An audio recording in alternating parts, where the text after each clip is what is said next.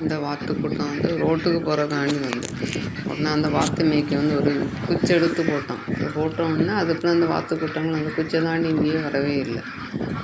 அதுதான் அந்த பவுண்டரி, அதுக்கு அங்கேயே வரல. அப்புறம் அவன் வந்து அடுத்த சைடு போகிறதுக்கு அங்கே விட்டுட்டோன்னே அங்கே அப்படி போகுது.